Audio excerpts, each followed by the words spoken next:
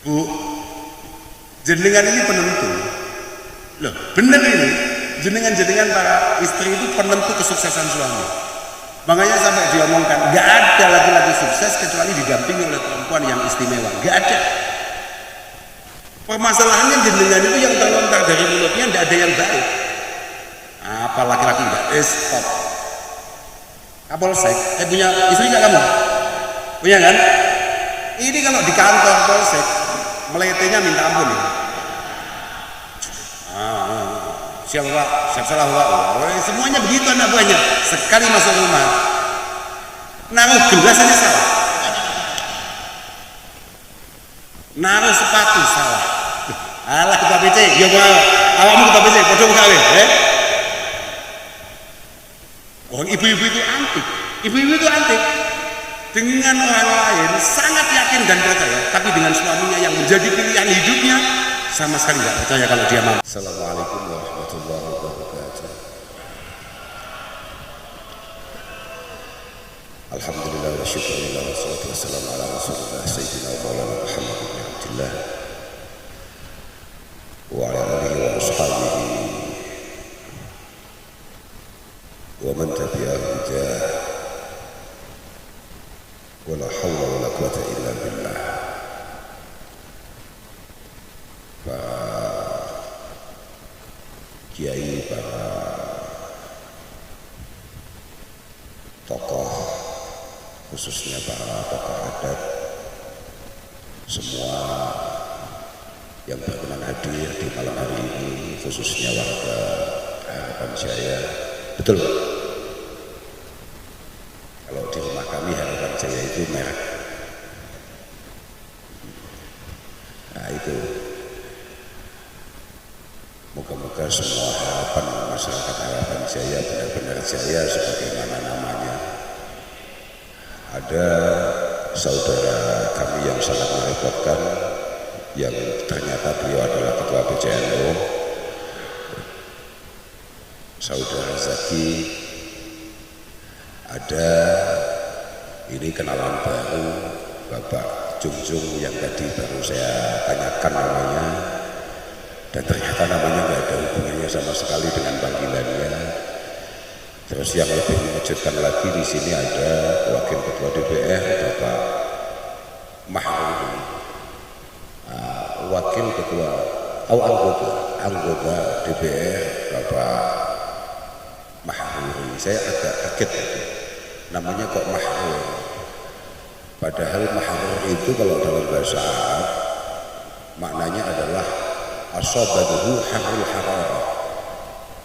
Jadi orang yang kesiram air panas itu namanya Mahrur. Atau mungkin beliau ini dilahirkan di siang bolong, pas terik panas. Tapi saya nggak ngerti juga.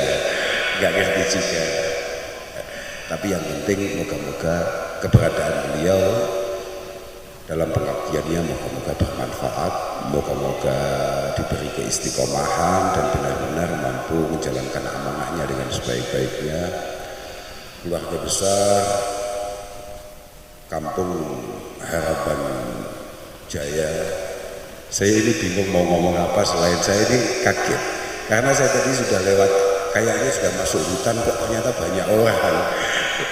Saya tadi sudah ngomong sama teman yang mendampingi saya, kayaknya kita salah. Saya pikir, wah kok malah masuk hutan, ini kita mau ketemu siapa? Ternyata nyampe sini orangnya luar biasa banyaknya. Masya Allah, moga-moga Allah senantiasa memberikan taufik hidayah inayah kepada kita semua. Moga-moga dengan semua selalu dimudahkan dalam segala sesuatunya. Moga-moga Allah terus memberikan kesehatan yang purna bagi panjenengan semua.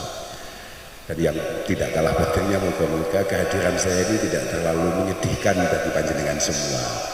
Saya agak kecewa sebetulnya sama Pak Kepala Desa, ngapain kita ngaji kok di lapangan ini? Karena kalau di Jawa lapangan itu biasanya buat main bola. Jadi ngaji kok di lapangan, ngaji itu enaknya di tengah-tengah kampung biar saya apa ya, kita biar mendapat keberkahannya itu di tengah-tengah kampung gitu. Ini kayak mau konser dangdut apa-apa begitu, lapangan masuk akal itu. Tapi ternyata orangnya banyak, mungkin sulit cari tempatnya gitu. Jenengan tadi itu MC-nya pakai bahasa Jawa, jenengan paham? Lah kok bisa? Oh, jenengan mohon maaf agak ada penjajahnya ya ke sini ya. Masya Allah, alhamdulillah. Masya Allah. Minal muhajirin. Panjenengan rata-rata hijrah dari Jawa ke sini. Alhamdulillah. Apa saya ikut ke sini? Tapi saya bangga sekali bisa silaturahim dengan panjenengan semua. Moga-moga menjadi silaturahim yang diridhoi oleh Allah Subhanahu wa taala. Kita mau ngaji apa ini? Tadi dikatakan ternyata di antara acaranya adalah haul abagir sekumpul. Moga-moga saya panjenengan semua moga-moga benar-benar mendapatkan keberkahan dari beliau. Moga-moga bibarakati du'aihi, bibarakati mazayahu, bibarakati karamatihi, saya panjenengan, anak-anak saya, anak panjenengan semua moga-moga menjadi orang-orang yang minas salihin, minal muflihin, minal faizin, minal mahdiyin, dan moga-moga kita semua dalam perjalanan hidup kita senantiasa mendapatkan husnul khatimah. Ya, husnul khatimah itu macam-macam. Saya tadi siang itu sudah cerita sebetulnya husnul khatimah itu tidak ada kaitannya dengan kematian saja, bukan hanya urusan kematian. Husnul khatimah itu dalam setiap langkah kita harapannya selalu happy ending. Contohnya misalnya kayak Pak Dewan begini, husnul khatimahnya adalah mulai beliau menjabat sampai paripurna itu benar-benar sesuai amanah yang diberikan kepada beliau. Sama kayak itu Pak Ketua PC yang belum dapat SK itu, saya juga heran kok PD ngaku Ketua PC wong SK-nya belum turun. Saya heran betul itu, tapi ada apa-apa, saya suka masalah. Ya moga-moga SK-nya segera turun dan benar-benar mampu memimpin Nahdlatul Ulama di Kabupaten Tanah Bumbu ini dengan sebaik-baiknya.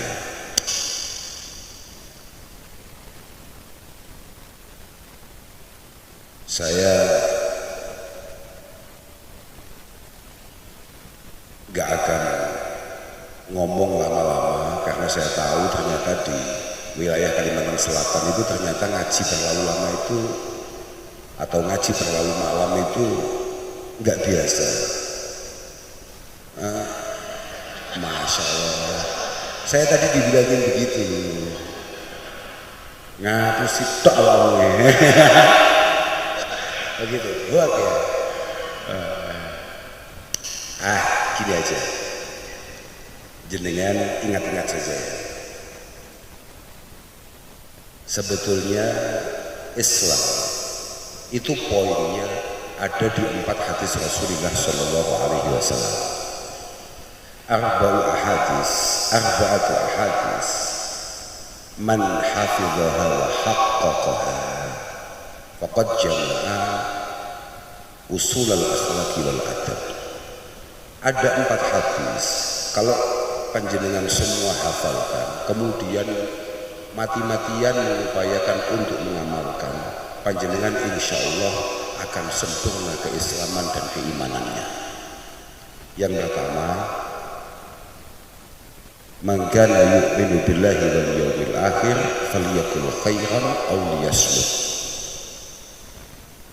Orang itu kalau memang benar-benar memiliki keimanan kepada Allah Subhanahu wa taala dan yakin bahwa akan ada kehidupan setelah kematian untuk mempertanggungjawabkan semua perilaku kita di dunia ini, maka dia pasti akan berupaya kalau ngomong yang baik, kalau tidak bisa ngomong yang baik, lebih baik oke.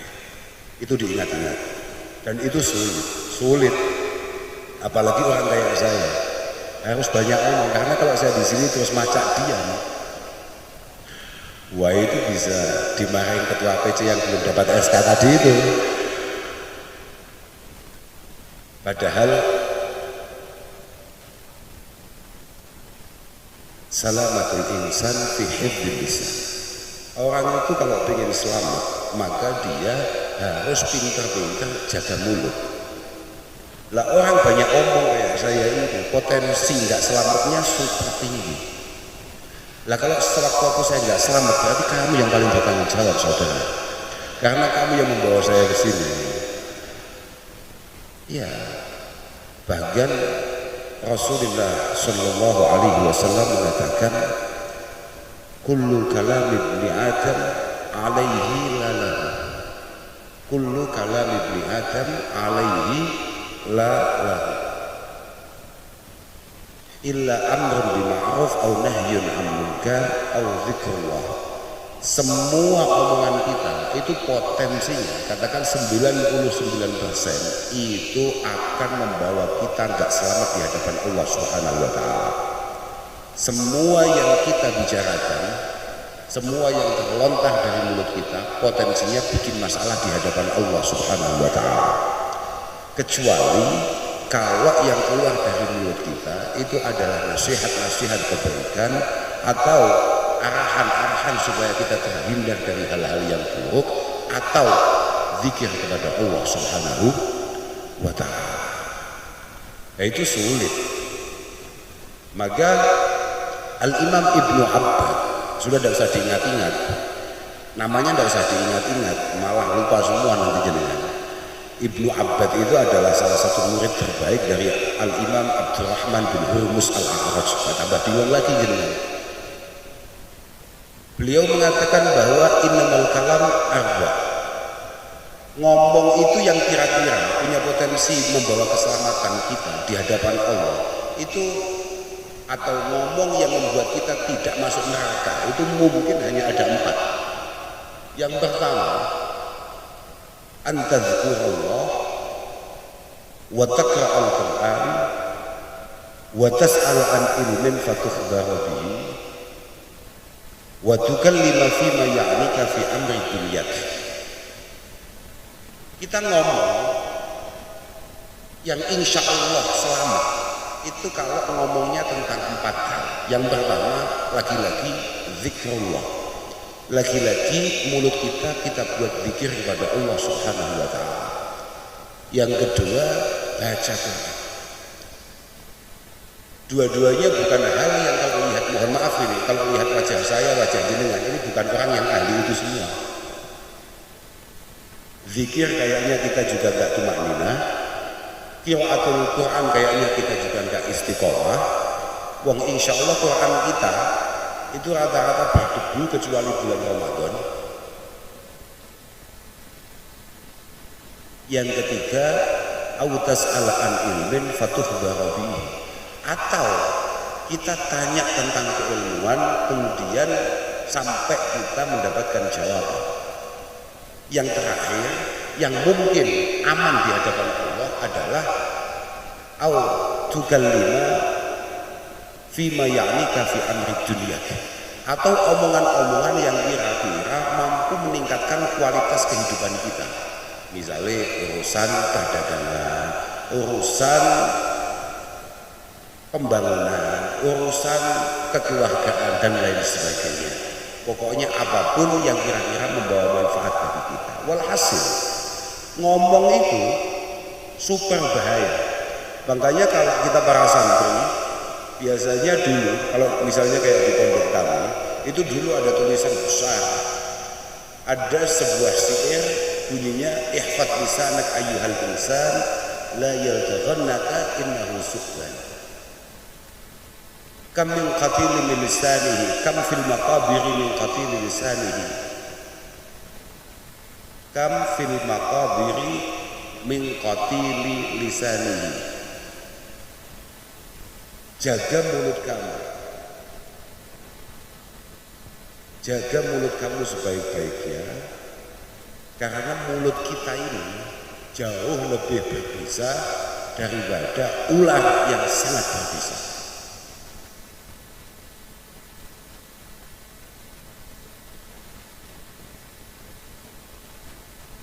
Kam fil maqabiri min qatili lisani, berapa banyak dari kita yang jatuh karirnya, bahkan sampai harus mati hanya gara-gara tidak mampu menjaga mulutnya.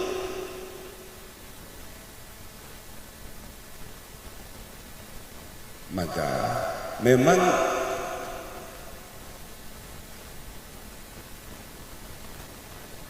faliyakul khairan aw liyasmut ini benar-benar enggak mudah, benar-benar sulit.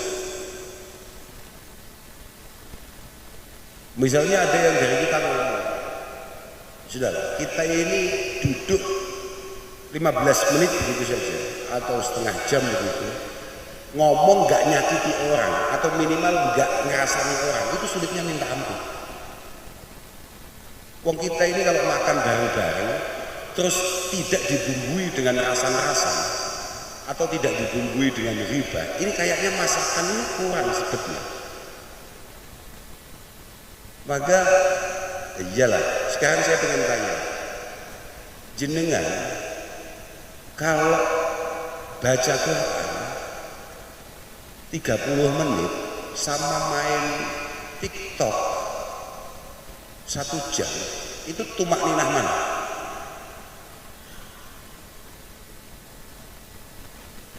Kalau baca Quran 15 menit sama hibah orang lain 30 menit, tumak ninah mana? Boleh kan? Sudah aja, udah gak usah terus ini ngajinya. Ya, itu aja selesaikan dulu. Tapi memang begitu, memang begitu. Mulut ini memang masya Allah. Makanya mohon maaf ini, kata Rasulullah, aksaru ma yudkhilun nas an-nar al-ajwafan al-farju wal-fam.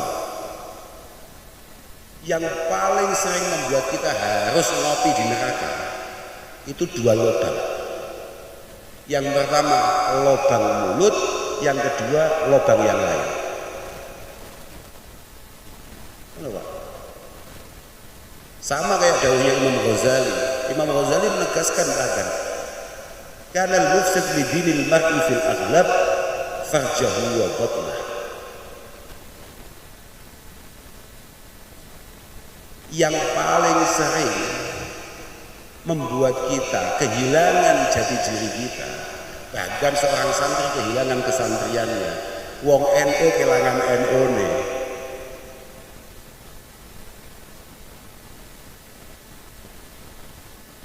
atau anggota dewan kehilangan kepatasannya sebagai tokoh, itu kalau enggak urusan perut ya urusan bawah. Yaitu artinya memang jaga mulut itu masya Allah betul, masya Allah betul.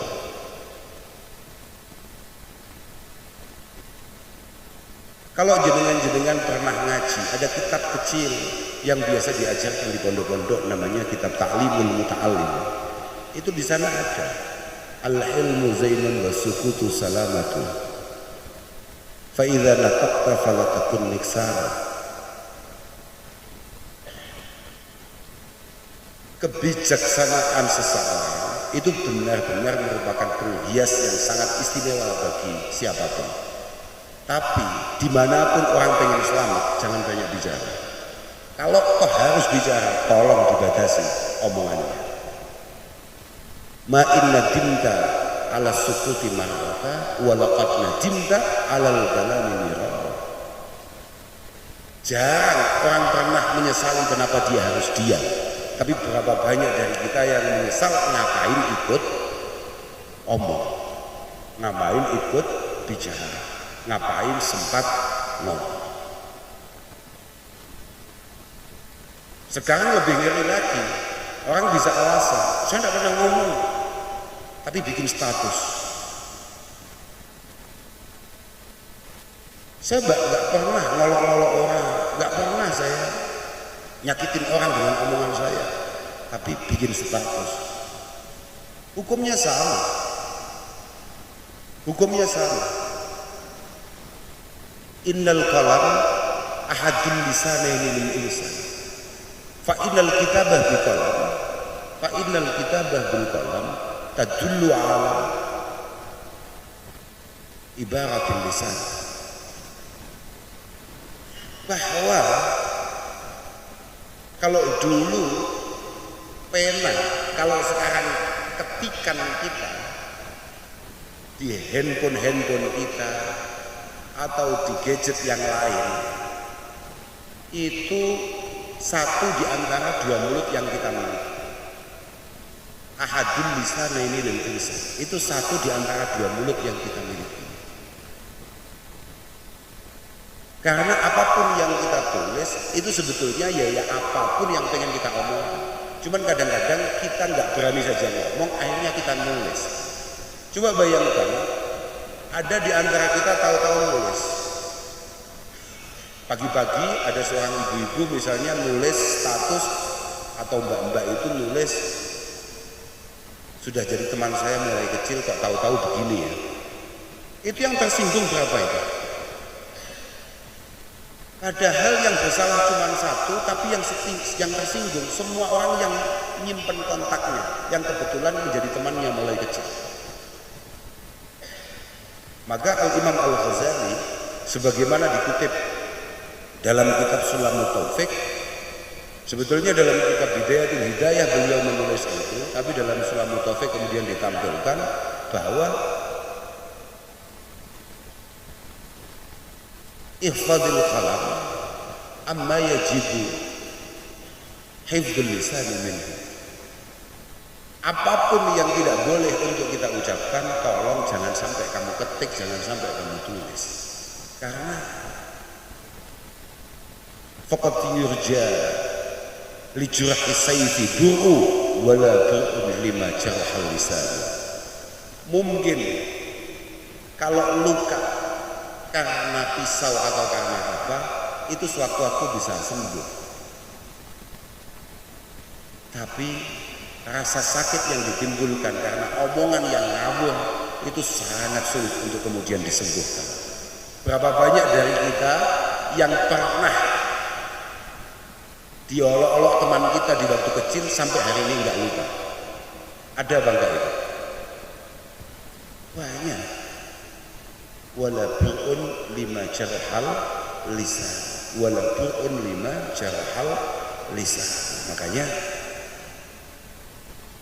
ya kadang-kadang ya agak takut juga ngomong itu potensinya salah, apalagi di syuting gitu. Sama jejak apa namanya istilahnya, sama kayak status jenengan itu juga jejak digital. Imam Syafi'i mengatakan wa ma min katibin illa sayafna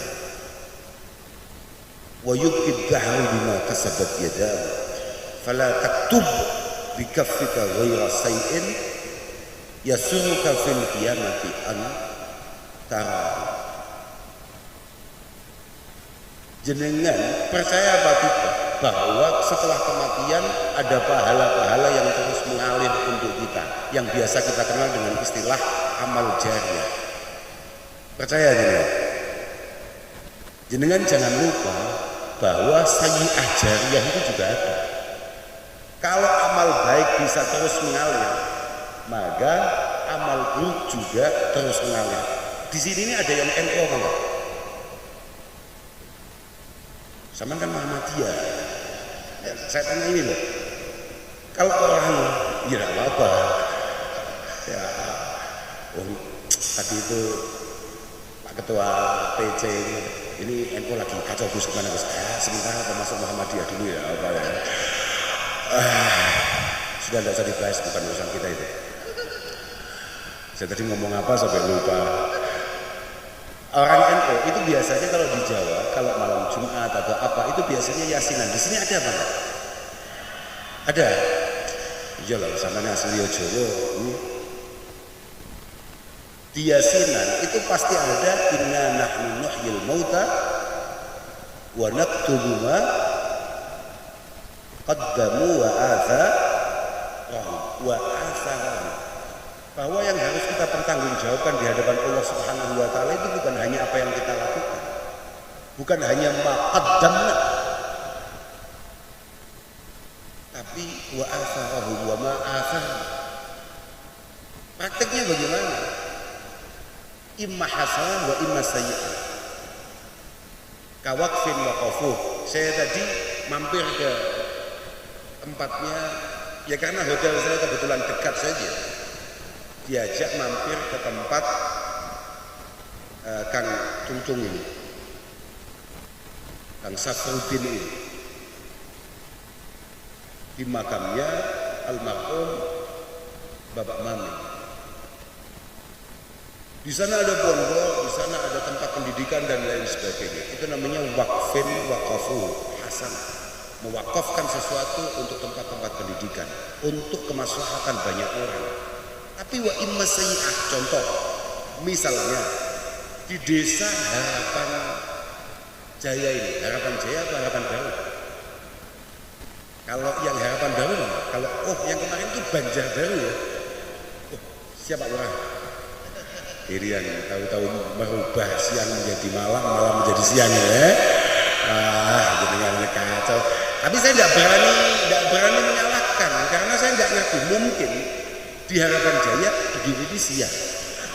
Saya kan enggak takut juga menyalahkan karena saya belum pernah ke sini, mungkin ini yang pertama. Nanti memang di sini disebutnya gini ini siang. Jadi ya saya diam saja gitu loh.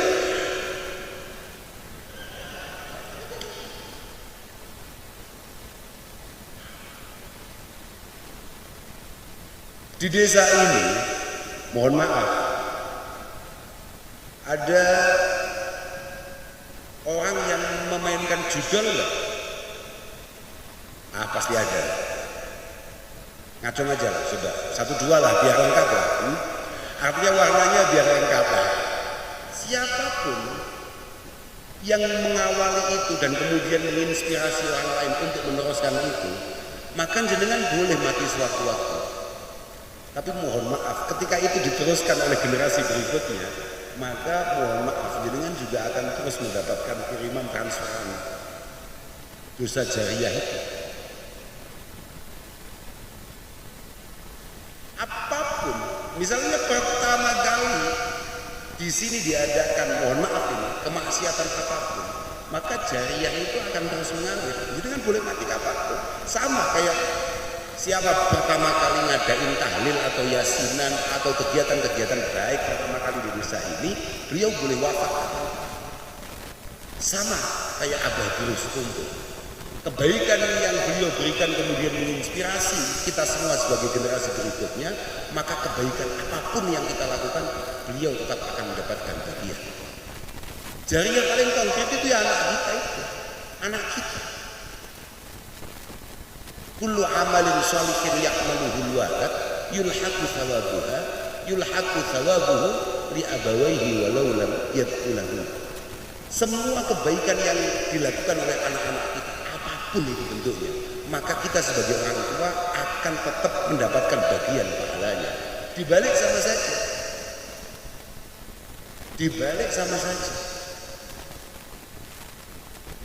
Kalau kebetulan anak kita tahu-tahu buka botol misalnya, kalau hanya buka saja kita belum dapat teguran itu dari Tuhan. Tapi kalau sudah dibuka kemudian diminum, kita sudah mempertanggungjawabkan amal kita sendiri di hadapan Allah, masih ditambahi. Ini tanggung jawab kamu anak-anak. Qu anfusakum wa ahlikum nar. Waquduha an-nas wal hijarah 'alaiha malaikatun ghiladun syidad. Itu anak-anak. Anak kita nggak melakukan sholat, kita boleh mati kapanpun, tapi kita tetap akan ditanya oleh Tuhan. Itu tanggung jawab. Kamu jangan enak-enakan menikmati apa yang saya siapkan. Anakmu itu. Makanya ada di dalam kubur orang tua bertanya-tanya, dari mana saya mendapatkan semua kenikmatan ini? Pahala kiriman anakmu.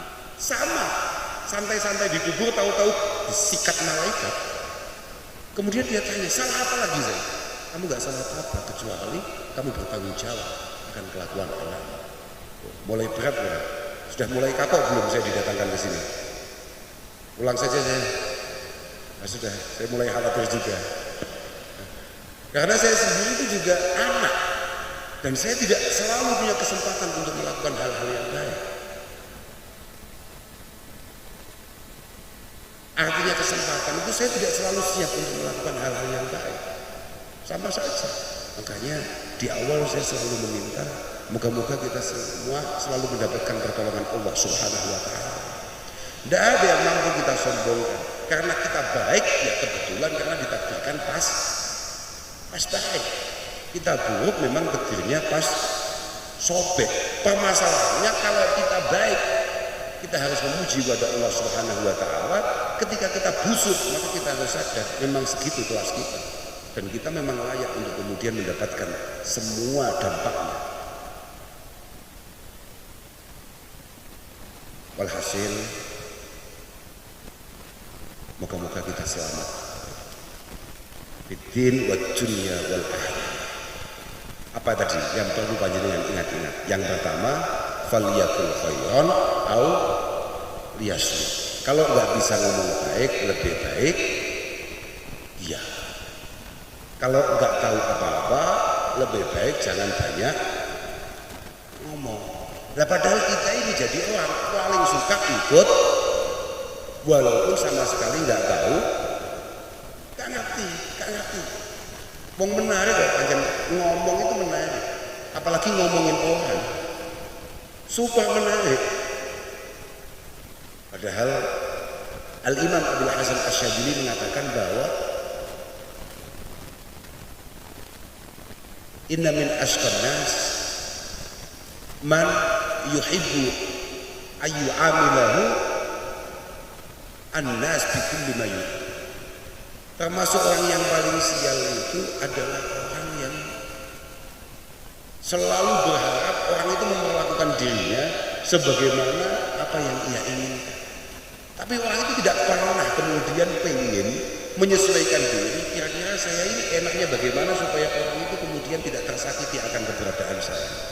Sudah, pokoknya diingat-ingat hadis yang pertama, kalau memang kita pengen menjadi muslim sejati, muslim yang baik, yang pertama itu. Kalau tidak perlu amat, jangan banyak-banyak omong. Karena amat pun nggak sebanyak itu omongannya. Yang kedua, min husni islamil mar'i tarkuhu ma la ya'ni.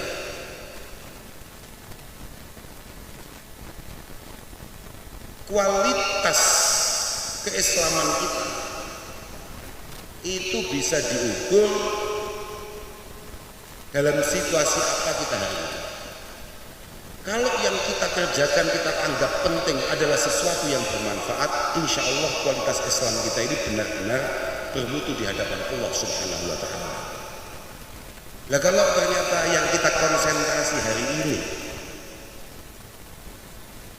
ternyata adalah sesuatu yang sama sekali tidak ada manfaatnya, baik untuk urusan duniawi ataupun urusan ukhrawi, maka keislaman kita ya benar-benar tidak muktabar di hadapan Allah Subhanahu wa taala. Na'udzubillah min dzalik. Makanya Al-Imam Al-Hasan Al-Basri mengatakan min alamati i'radillahi 'anil 'abdi ayyaj'ala syughluhu bima la ya'ni atau fima la ya'ni. Di antara tanda Allah Subhanahu wa taala tidak begitu tertarik dengan kita ketika kita ini kemudian disibukkan oleh hal-hal yang jelas-jelas tidak penting sama sekali. Makanya dikatakan kafa bil mar'i aiba ayyabsura minan nas ma ya'ma alaihi min nafsi. Orang itu cukup dianggap tolol itu kapan? Kalau dia sibuk ngurusi orang tapi dia tidak pernah membangun pribadinya menjadi pribadi yang lebih baik.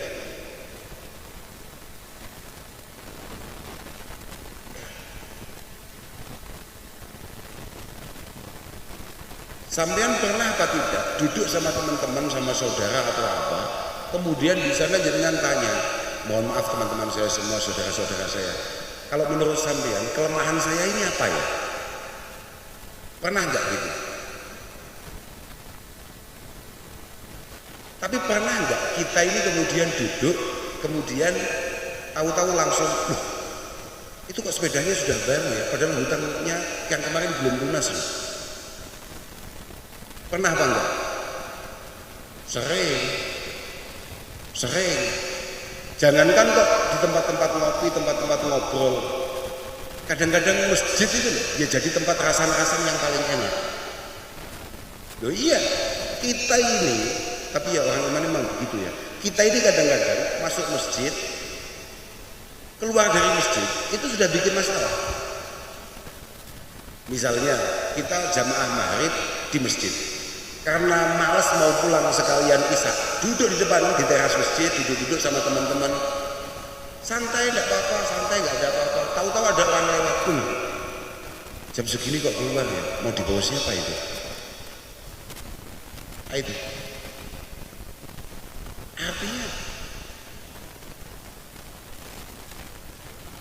ayyam surah minan nas ma ya'ma alihi bin nafsi. Yang kedua, di antara tanda orang itu tolol adalah ayya'muran nas wa ayya'muran nas ma la yastati'u at-tahawula minhu. Yang kedua, di antara tanda orang itu kelihatan tolol adalah ketika orang itu memerintahkan sesuatu yang dia sendiri tidak pernah lakukan. Misalnya, mohon maaf, misalnya di sini ada lurah. Pak lurah itu namanya siapa? Pak Suwito. Suwito. Apa jadinya lurah sudah lama kamu? Oh masih 2 tahun. Namanya kok Suwito. Nanti nggak mau turun sampai loh, ada lah beberapa orang itu sulit naik, tapi sekali naik nggak mau turun. Loh ada yang modelnya kayak gitu itu. Namanya kok Suwito. Pak Suwito. Pak Suwito ya. Jangan sampai ada rakyatnya Pak Suwito ini kemudian sukanya ngarahin tapi tidak pernah ngelakuin. Misalnya begini, di sini ada madrasah atau masjid yang dibangun, kemudian ada enggak di sini orang yang sukanya omong aja, ini masjid harus segera jadi, masjidnya nanti kita buat begini, tapi dia nyumbang enggak, dia ikut bantu kerja enggak. Kalau ada apa-apa mulutnya enggak bisa kita ukur panjangnya. Ada enggak yang modelnya kayak gitu? Maju Pak, buat contoh Pak. Enggak, loh ya harus ada contohnya kayak gitu itu. Anten loh kan? Kata Pak Sito ayo maju.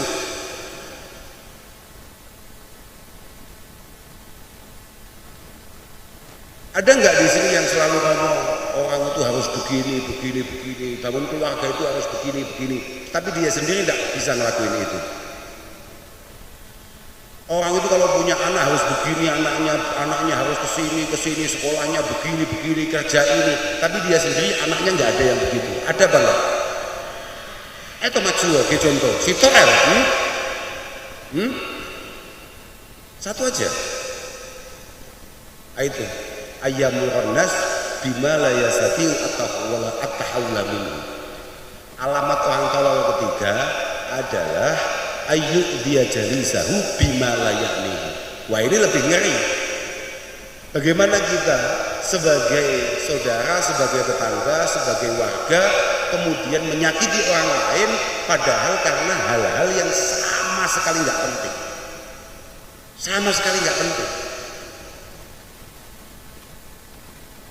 Ada nggak di sini orang yang geger, orang yang kemudian nggak nyapa tetangganya atau bahkan saudaranya hanya pada dasarnya karena urusan yang super sepele? Ada apa enggak? Kok akeh menggosong contoh-contoh elek neng gini. Tapi wong endi ngacono kok? Sitok Semua contoh jelek ya ada semua, tapi kok nggak ada yang ngacung ya?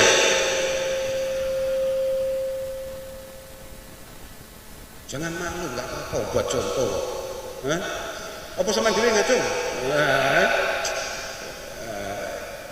Ayo dia jalisah, tidak boleh menyakiti orang lain, apalagi hanya gara-gara barang yang super sepele. Kok ada orang memiliki 3 sifat ini? Ini orang yang Masya Allah super wet orang ini. Saya kapan ya? Tadi pagi apa kemarin malam ya, saya lupa, bahwa ternyata di Desa Harapan Jaya ini, benar ya, Harapan Jaya. Harapan Jaya ini banyak sekali. Di kampung ini multi etnis, multi agama, multi keyakinan katanya. Nggih. Jenengan-jenengan yang ngaku Islam, jenengan harus benar-benar menebar kasih sayang di antara mereka semua. Mohon maaf nih, kata Rasulullah Shallallahu Alaihi Wasallam, man dzalama mu'ahadan aw intaqasa aw kallafahu fawqa taqati aw akhadha minhu syai'an bighairi tibi nafsi fa ana khasmuhu yaumal qiyamah.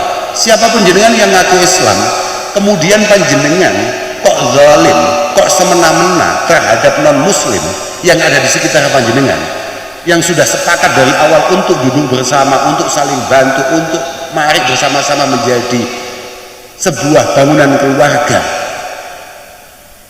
kok kemudian panjenengan menyakiti mereka atau hanya sekedar membuli mereka, mengolok-olok mereka, kawin tak kosong, kalau sekarang istilahnya membuli, mengolok-olok, atau panjenengan paksa mereka melakukan sesuatu yang mereka sebetulnya sangat tidak mampu, di luar kemampuannya, karena minoritas misalnya,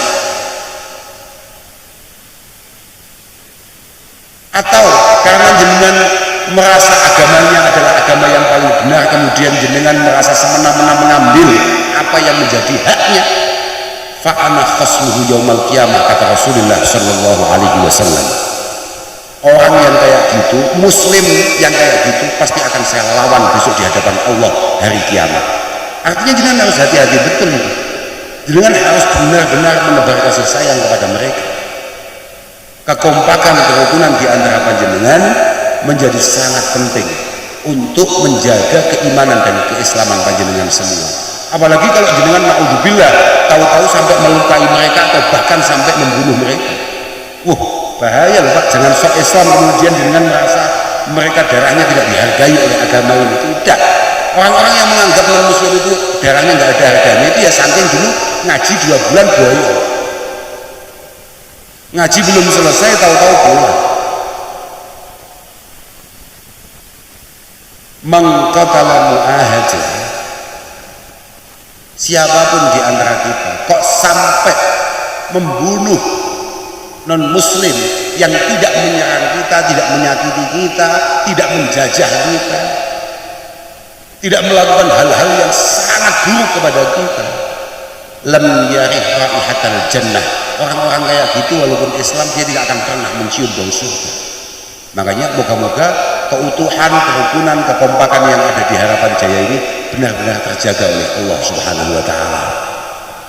Dan itu semua harus dibantu dengan konsistensi panjenengan semua untuk menjaga itu semua. Oke ya, moga-moga kita semua tidak disibukkan oleh hal-hal yang sama sekali tidak penting. Min husni islamil mar'i tarkuhu ma la ya'ni. Kata Al-Imam Ibnu Hajar Al-Haytami, ini termasuk hadis yang super penting, bahwa kunci Islam itu di sini. Orang Islam itu tidak akan pernah disibukkan oleh sesuatu yang tidak membuat dia menjadi pribadi yang lebih baik. Yang ketiga yang perlu panjenengan ingat, hadis Rasulullah yang super penting adalah la taghdab. Rasulullah itu kata Al-Imam kata Sayyidina Abi Hurairah radhiyallahu taala anhu pernah didatangi oleh seseorang. Jadi ja'a rajulun ja'a arabiyun faqala ya Rasulullah ausini, Rasulullah tolong saya ini diwasiatkan, tolong ada pesan yang harus saya lakukan itu apa. Ternyata Kanjeng Nabi hanya mengatakan la taghdab, kamu jangan suka emosi, jangan suka marah. Ayo, saya ini semua di antara kita ini yang sering marah-marah. Ya banyak, saya sendiri juga sering itu. Memang sulit mengendalikan diri itu. La taghdab. Bahkan Sayyidina Abi Dzar Al-Ghifari, yakni Sayyidina Jundub bin Junadah Al-Ghifari, ketika bertanya kepada Rasulullah, ya Rasulullah, dullani ala amalin yudkhiluni al-jannah, tolong tunjukkan amal apa yang kira-kira mampu membuat saya ini mudah masuk surga. Apa kata Rasulullah? La taghdab. Jangan emosional, jangan suka marah. Marah. Musuh kita dalam Al-Quran di antara yang super istimewa itu adalah iblis. Suatu ketika iblis itu komunikasi sama para sahabat. Ditanya, ternyata umat Rasulullah Muhammad SAW itu hampir semua dosanya dimaafkan. Artinya apa? Nggak mungkin kamu bisa ajak umat Rasulullah Muhammad untuk kemudian bisa masuk neraka. Apa gunanya kamu goda mereka? Ternyata iblis santai saja. Ma'ajazani banu Adam fala yu'jizuni fi salas. Santai, teman saya besok di neraka itu mesti banyak. Pasti teman saya di neraka besok itu banyak. Nah ini mohon untuk didengarkan bagi para teman-teman iblis yang ada di neraka. Ya untuk saya sendiri juga sama, penyakit ini saya kadang-kadang juga punya. Ternyata kata iblis, paling tidak saya punya 3 jurus yang membuat orang itu akan saya ajak ke neraka dan siap sedia. Yang pertama, idza sakira ahaduhum akhadna bi khizamatihi faqudna haitsu nasha' wa 'amila bima ahbabna. Idza sakira ahaduhum akhadna bi khizamatihi faqudna haitsu nasha' wa 'amila bima ahbabna. Ini Haji Junjung, coba dengarkan. Ternyata kata iblis, kenapa kita tetap bisa diajak masuk neraka? Gampang. Di antara jurusnya yang pertama adalah sampai hari akhir umat Muhammad akan digoda sama hal yang sulit untuk dia hindari, yakni hal-hal yang memabukkan dalam bentuk apapun. Dalam bentuk apapun orang akan dibuat tertarik untuk mencoba atau mengkonsumsi hal-hal yang memabukkan. Padahal sekali kita ini mabuk, kata iblis, akhadna bi khizamatihi. Khizamah itu kalau bahasa Jawanya bumbunan. Kalau bahasa sini apa? Bumbunan itu apa bahasa Banjarnya? Ubun bahasa Indonesia gue aja ngaku-ngaku. Gak? Sama? Sama? Oke. Orang itu kalau sudah mulai mengonsumsi hal-hal yang memabukkan, entah minum-minuman keras atau narkoba atau apapun, maka langsung ubun-ubunnya dipegang sama iblis, langsung dibawa haitsu nasya'u, ke tempat yang ia suka. Artinya yang iblis rencanakan, kemudian dia di sana akan melakukan apapun yang iblis sukai. Wa amila bima ahbabna. Pokok sekali kita mulai mengonsumsi itu, kita mulai minum itu, maka langsung ubun-ubun kita langsung dipegang, langsung dibawa ke tempat yang ia sukai, kemudian di sana dia diperintahkan untuk melakukan apapun yang iblis sukai. Yang kedua, senjatanya iblis yang kedua adalah idza ghadiba ahaduhum faqal bima la ya'lam wa amila bima yandam. Yang kedua, cara saya memasukkan orang Bani Adam ini ke neraka, kata iblis, yang akan sulit untuk dihindari. Yang kedua adalah saya buat mereka super emosional untuk hal-hal kecil. Saya buat mereka marah-marah untuk hal-hal yang nggak perlu. Berapa banyak bapak-bapak di sini yang gara-gara ketiduran di musola atau ketiduran dimanapun di rumah temennya, misalnya temennya sama-sama laki-laki loh ya. Kemudian dia pulang agak malam, atau dia ngopi di rumah temennya sampai agak malam di rumah, kemudian tidak diajak ngomong sama istrinya 4 hari misalnya. Ada enggak yang modelnya kayak gitu? Oh, atau gini aja, yang mana istrinya juga? Mengulas tenang. Kalau itu bapaknya saja yang ngaceng. Yang mana yang nasibnya sial kayak gitu? Artinya apa? Berapa banyak dari kita yang kemudian harus emosional untuk hal-hal yang tidak perlu. Padahal kata para ulama kita mengatakan iyyaka wa izzatal ghadab fa innaha tufdi ila dhullil i'tidar. Kamu kalau lagi emosional jangan sok benar. Berapa banyak marah-marah karena emosi kemudian mengantarkan kalian semua kepada minta maaf yang sangat hina. Saya tanya, kalian pernah lihat berita apa enggak? Berapa banyak ada orang yang marah-marah luar biasa, tahu-tahu nendang. Misalnya gini, misalnya ada sepeda motor atau apa senggolan di tengah jalan, tahu-tahu marah, ngudain orang lain.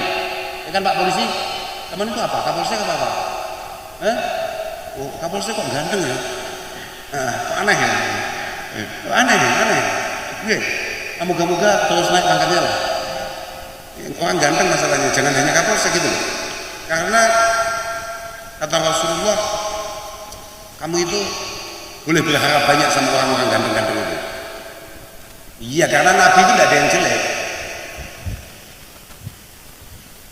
Utlubu al-khair, ada yang ibtaru al-khair min hisanil wujud. Kamu itu kalau ketemu orang-orang yang cakep-cakep, kamu boleh berharap akan kebaikan dari dia. Wong sudah cakep, masa kelakuannya nggak cakep? Kira-kira begitu loh. Nah, moga-moga jenengan cakep dan terus naik gitu loh.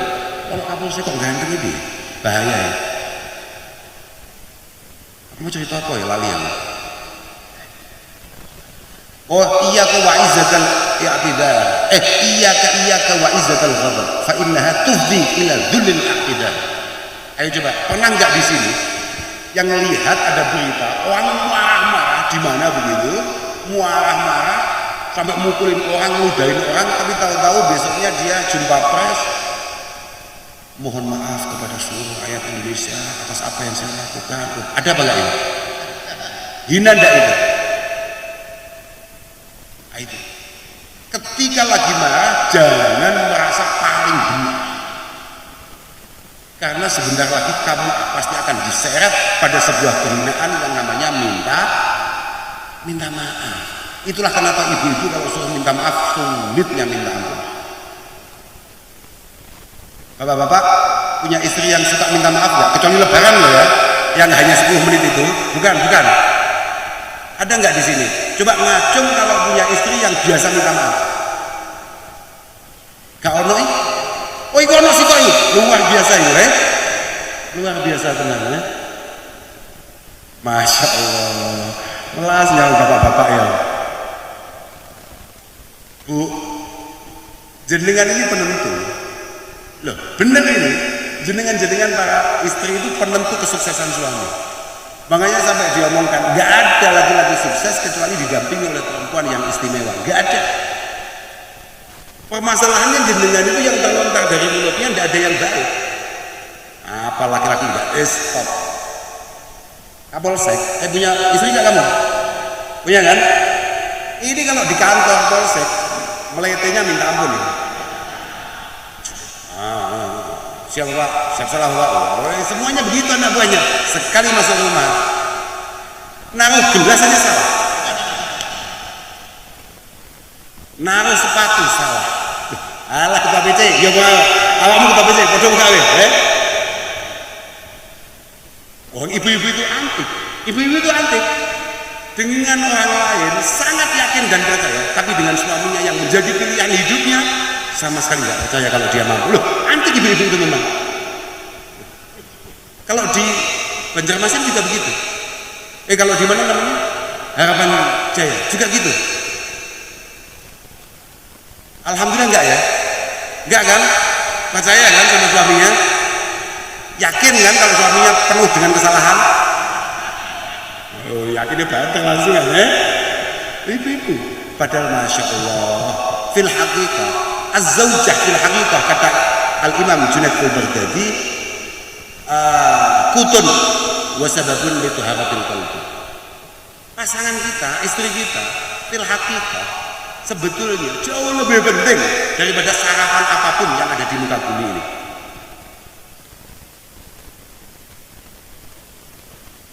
Pak Kapolsek, namanya siapa? Kayak Ustaz. Kan ada itu Ustaz Abdus Somad, Samian, wah, oh gitu ya, istimewa sampean. Saudara Abdus Somad yang ini loh maksud saya, bukan Pak Ustaz itu. Lah, aku mau cerita apa sampean lali aku. Oke. Oh cerita. Gini, kata Sultan Taifah, Junaid al-Baghdadi, beliau mengatakan bahwa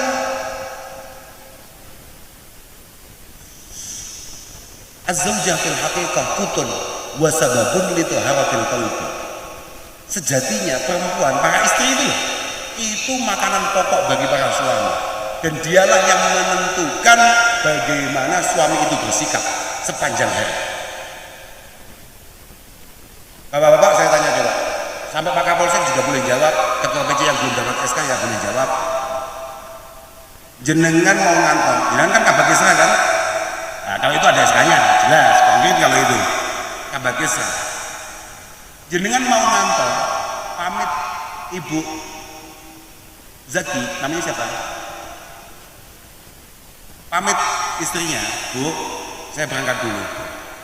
Oh ya Bapak, monggo, hati-hati Pak, moga-moga lancar semua, dimudahkan semuanya, kemudian disiapkan sepatunya, apa-apanya. Itu semua urusan di kantor mudah, semua ada jalannya. Tapi kalau dia pamit ke kantor, pamit kerja,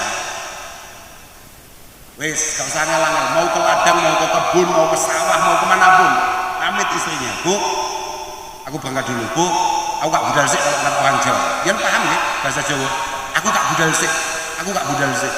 Kok jawabannya apalagi gak jawab, diam aja, santai, jawab nggak main HP aja.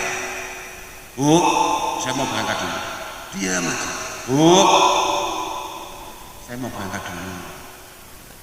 Terserah. Jawabannya kok gitu.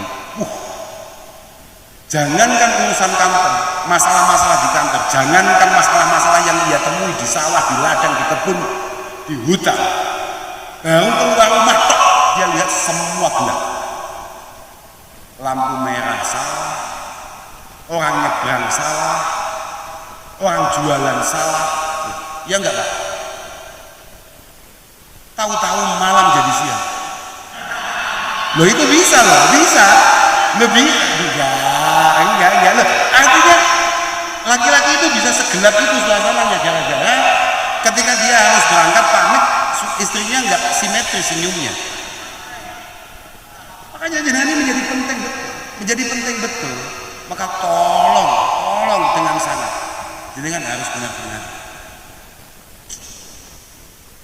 Enggak usah, mohon maaf ini bukan karena kebetulan saya laki-laki atau apa, enggak usah. Tapi tolong jangan sampai jenengan itu kemudian melontarkan kata-kata yang kira-kira hanya akan menjadi penyesalan bagi jenengan. Karena kita tidak pernah tahu. Ketika kita ngomong ini kebetulan bertepatan dengan turunnya malaikat yang membawa doa-doa dan omongan kita apa tidak. Jangan sampai kita kepada keluarga kita, kepada pasangan kita, kepada anak kita kemudian ngomong buruk. Kamu itu laki-laki kok nggak bisa apa-apa. Saya ini selama hidup sama kamu kok nggak pernah bahagia. Tahu-tahu malaikat lewat. Kan kiamat itu. Kiamat itu. Nah itu masalahnya. Maka daripada itu, moga-moga jenengan semuanya diberi hati yang bahagia, yang padang. Moga-moga semuanya disukseskan oleh Allah Subhanahu wa Ta'ala. Oh iya, karena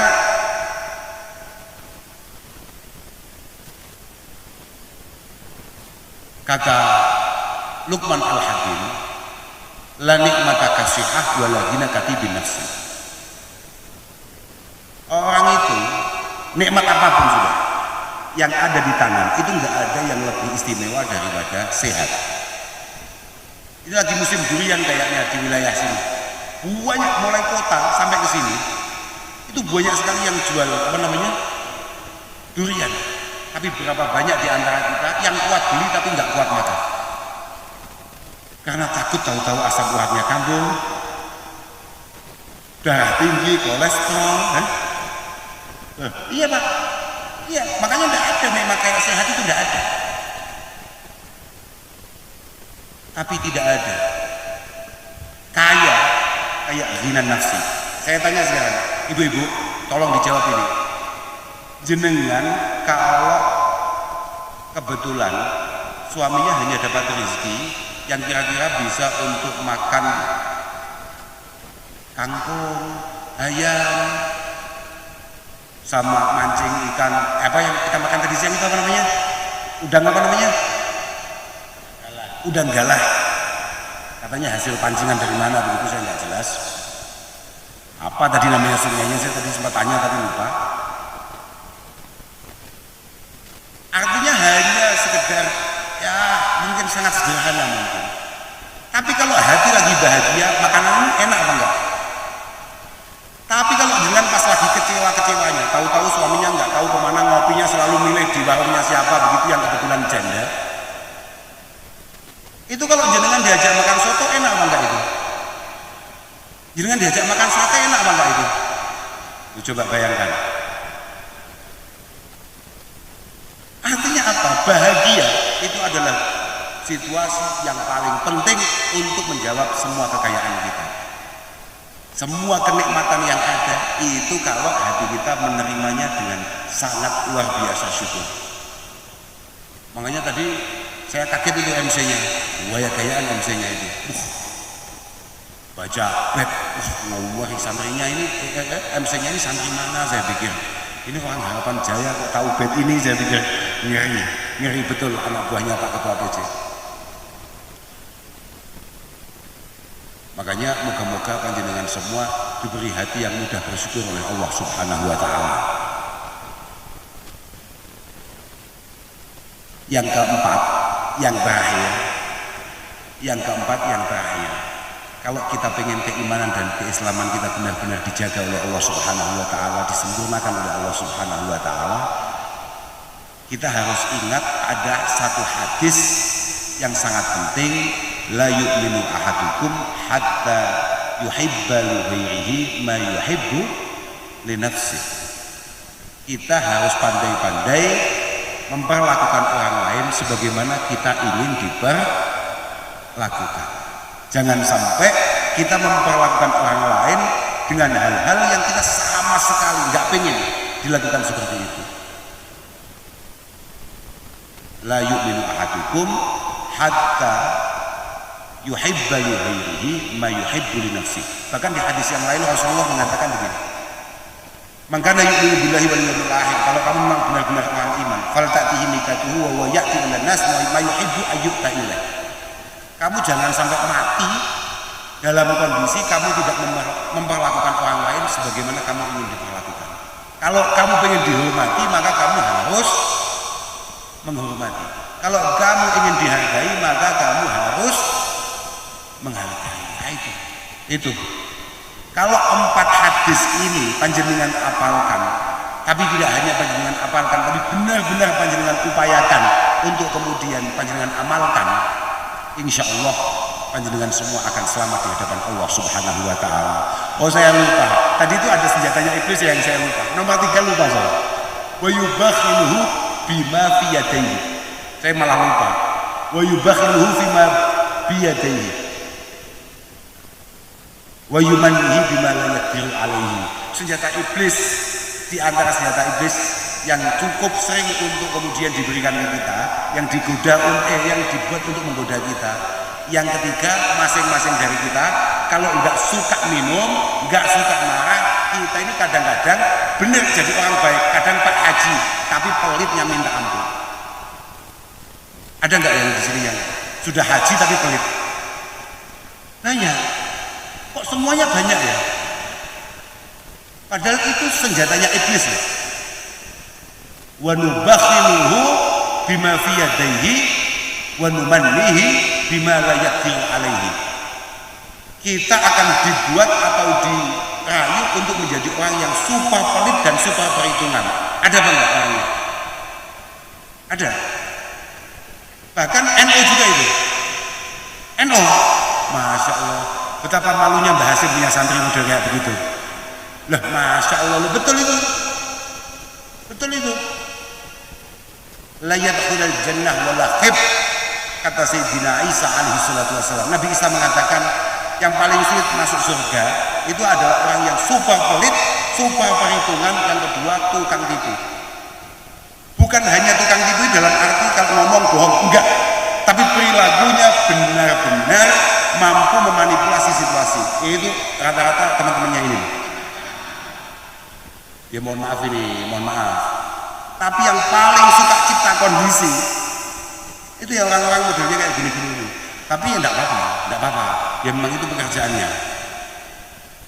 Tapi kalau ini diterus-teruskan dan bukan limaslahatil ammah, bukan untuk kemaslahatan semuanya, wah itu bisa bikin jenengan agak sulit itu. Tapi kalau jenengan amanah, jenengan baik, jenengan daripada ketua PC lebih cepat jenengan masuk surganya. Loh iya, positif itu. Apa coba? Bahkan Nabi mengatakan sab'atun yudhilluhumullahu ta'ala yawma la dhilla illa dhilluh. Orang yang selamat pertama kali itu siapa? Imamun adil, pejabat yang baik. Jenengan bukan pejabat ya? Dulu kan ini loh yang masih wah, hati-hati saudara mahrum ya. Namanya sudah mahrum jangan sampai panas luar dalam gitu ya, hati-hati nih. Tapi cocok saya suka ini. Ini orang PAN ini. Saya suka ini.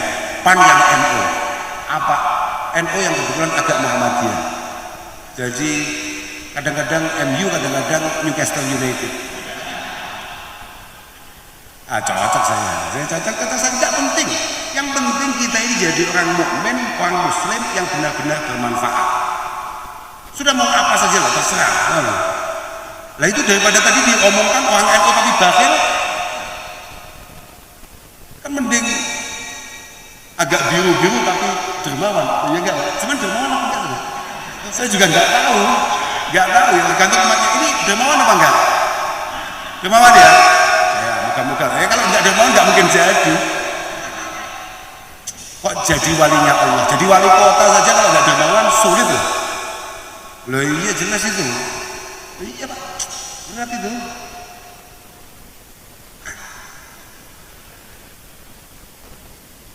Jangan ya.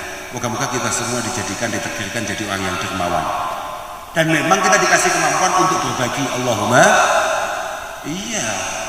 Tapi mohon maaf, saya di mana-mana selalu ngomong, orang dermawan itu, kalau dermawannya nunggu kaya, jangan harap itu terwujud. Coba ada nggak di sini dulu biasa-biasa saja secara ekonomi, artinya ya biasa-biasa saja, tapi tahu-tahu oleh Allah Subhanahu Wa Taala diangkat derajatnya, kemudian dijadikan orang yang cukup berlebih rezekinya. Dulu pelit, kemudian ketika kaya masih pelit apa sudah dermawan? Tetap pelit Pak, gak mungkin, karena kata Sayyidina Ali di antara penyakit yang gak mungkin sembuh itu pelit. Orang itu kalau sudah kena penyakit yang namanya pelit, itu sudahlah rumah sakit paling besar di Tanah Bumbu apa namanya? Rumah sakit Husada, saya yakin belum ada obatnya. Yakin, satu-satunya yang bisa mengobati dia itu hanya Mudin Pak. Hah? Ya. Mahabbuka. Wa man nabiyuka. Wa ma kitabuka. Nah, itu sudah selesai. Kalau belum itu enggak selesai. Orang itu kalau sudah kena penyakit yang satu itu, padahal masya Allah, kata Rasulullah Shallallahu Alaihi Wasallam, yaqulu ibnu Adam mali. Orang itu, ayo coba, nggak usah nyalain, nggak usah lihat teman. Kita coba belajar ngaca pada diri kita sendiri. Kita ini kalau nggak ada orang pengen dibantu, kalau nggak ada orang minta bantuan, entah tetangga, apalagi saudara misalnya, atau bahkan orang tua, kalau nggak ada yang pengen bantuan kita biasa nggak ngomong gini, itu tanah itu milik saya loh, itu tanah itu milik saya loh, itu sudah saya beli. Saya kemarin beli baru di kota, saya kemarin bikin ini. Ada nggak yang bilang gitu? Tapi kalau lagi ada saudara yang pengen minta dibantu, tahu-tahu, aduh, tanggungan saya banyak banget ini. Ada nggak yang kayak begitu ini? Banyak lagi, masya Allah, lengkap betul ini, masya Allah. Kok banyak terus ya? Pak Ketua PC, tanggung jawab dengan banyak ini. Iya itu. Yosi, mana Yosi tidur? Enggak, itu tolong kipasnya hadapkan sini dong.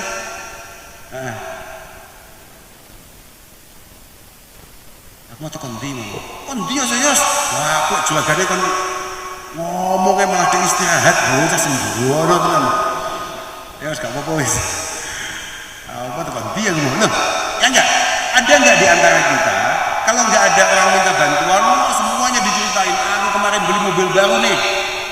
aku begini, ini ada sepeda motor baru, udah Kak belikan anak saya. Tapi ketika saudaranya pengen dibantu, barang 200.000, 250.000, ya Allah mohon maaf ya, tanggungan saya banyak, besok pendaftaran sekolah, besok ada yang model gitu ini. Nah itu, makanya Rasulullah itu paling benci kalau ada orang ngomong mali, oh ini punya saya, itu yang sebelah sana itu yang sekian ratus meter bahkan sekian hektar, itu baru saja saya beli itu. Rasulullah paling benci kalau ada orang ngomong kayak gitu. Wa halaka ya ibna Adam illa ma akalta fa afnaita aw labista fa ablaita aw tasaddaqta fa amdaita aw tasaddaqta fa amdaita. Rizki kamu itu hanya yang sudah kamu makan dan sekarang jadi oke. Jenengan kalau makan seenak apapun pada akhirnya makananmu jadi apa? Oke, jadi kotoran. Rizki Anda hanya apa yang sudah panjenengan pakai dan mungkin sekarang sudah mulai bolong, mulai sobek, mulai menipis kainnya. Yang jenengan hari ini sudah mulai cari-cari di toko oren atau toko hijau untuk yang lain. Itu rizki panjenengan. Yang panjenengan tabung di rekening itu mungkin bukan rekening, bukan rezeki panjenengan. Sangat mungkin saya atau panjenengan 5 detik lagi tahu-tahu selesai dan kemudian apa yang ada di rekening kita itu ternyata milik orang lain, bisa milik keluarga kita atau bahkan benar-benar milik orang lain. Yang abadi hanya auta soddaqta fa amdaita. Satu-satunya yang bisa membuat kita abadi dan itu menjadi rezeki kita yang abadi hanya yang kita nafkahkan, kita sedekahkan, kita infakkan, kemudian itu akan abadi di sisi Allah Subhanahu wa taala yang akan menemani kita ketika kita kemudian meninggal dunia ini. Itu.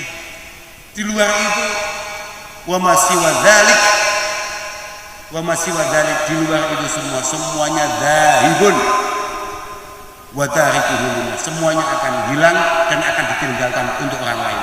Tanah yang ratusan hektar, 1 hektar atau berapapun lah, itu semuanya hanya akan menjadi milik orang lain. Mungkin kalau masih beruntung bisa diteruskan oleh anak cucunya. Kalau anak cucunya tolol, bisa kemudian sudah di tangan orang lain. Makanya muka-muka jenengan jadi orang yang dermawan. Dulu Sayyidah Asma binti Abi Bakar radhiyallahu taala anhu dibilangin sama Rasulullah, ya Asma, la tuhsi fayuhsillahu alaik. Kamu itu jangan ngirit-ngirit.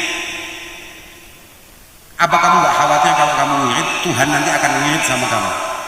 Wala tu'i fayu'illahu alaik. Kamu itu jangan terlalu perhitungan. Kamu apa gak khawatir kalau kamu perhitungan, Tuhan akan perhitungan sama kamu? Makanya moga-moga kita semua dijadikan orang yang murah yang dermawan, tapi ya ada yang kita buat dermawan. Kadang-kadang ya pengennya, tapi pengen ini gak mesti ya. Ada nggak di antara kita? Ini terakhir ini, habis ini langsung pulang kita. Kalau ada tetangganya bisa berangkat haji atau berangkat umroh, tahu-tahu ngomong gini dalam hatinya, besok saya kalau punya rezeki, saya akan berangkat umroh atau berangkat haji. Ada mbak? Ada nggak yang kayak gitu? Atau gini aja udah, bikin ringan aja. Ada masjid dibangun, ya Allah kalau saya punya rezeki, saya sumbangkanlah untuk ikut membantu pembangunan masjid itu. Ada nggak yang kayak gitu? Saya tanya sekarang, kalau tahu-tahu ada yang panjenengan dapatkan atau misalnya jenengan lagi jual apa, jenengan kemudian ngomong, kalau tanah saya ini laku, saya besok berangkat umroh, laku betul. Itu kita langsung daftar umroh, apa beli sepeda motor baru atau mobil baru dulu? Enggak sih, saya cocok kalau nggak kompak ya. Tapi sih ada tetangganya berangkat umroh, kemudian dia ngomong, saya lagi jual tanah ini, nanti kalau laku saya akan ikut umroh. Kalau laku benar, langsung ke dealer apa langsung ke travel haji?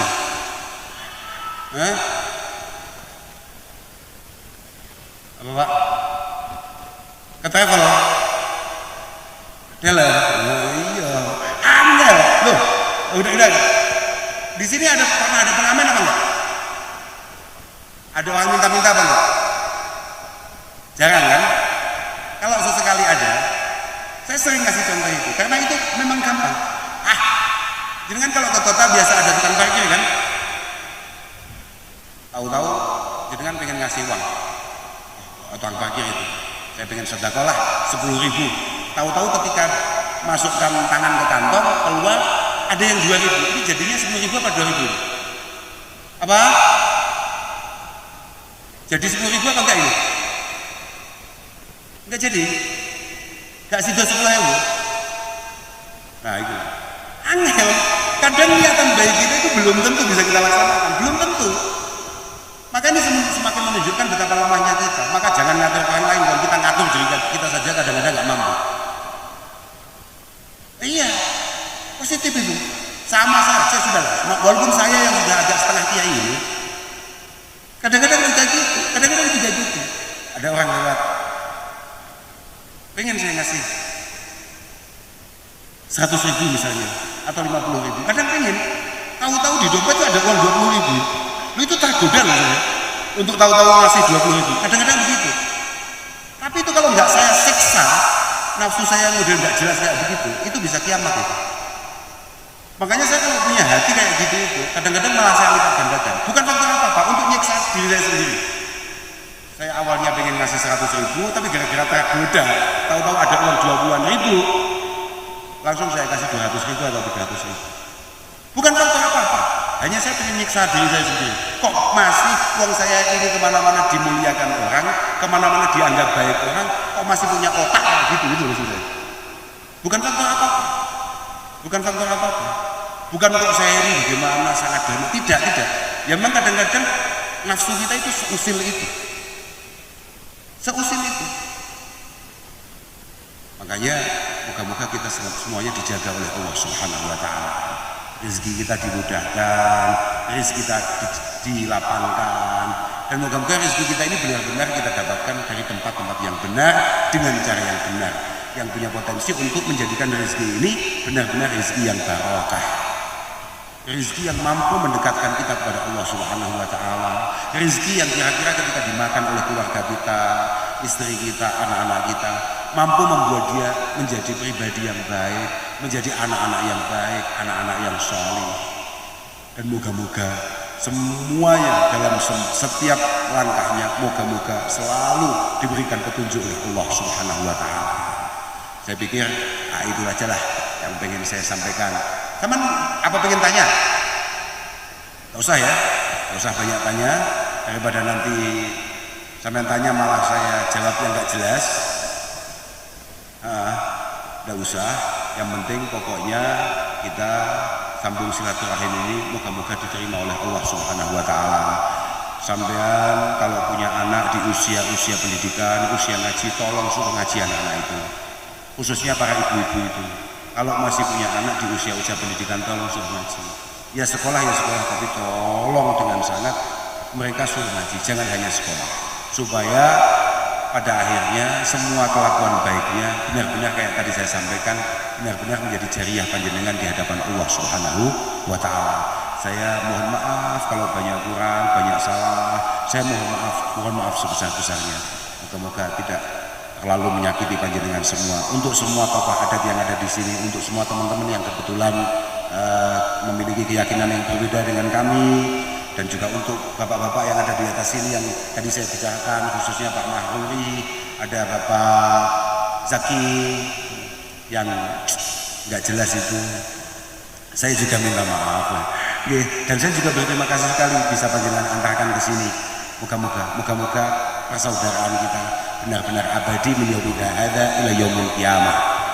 Saya pikir itu yang bisa saya sampaikan. Saya mohon maaf. Akhiran wal afu minkum. Wassalamualaikum warahmatullahi wabarakatuh.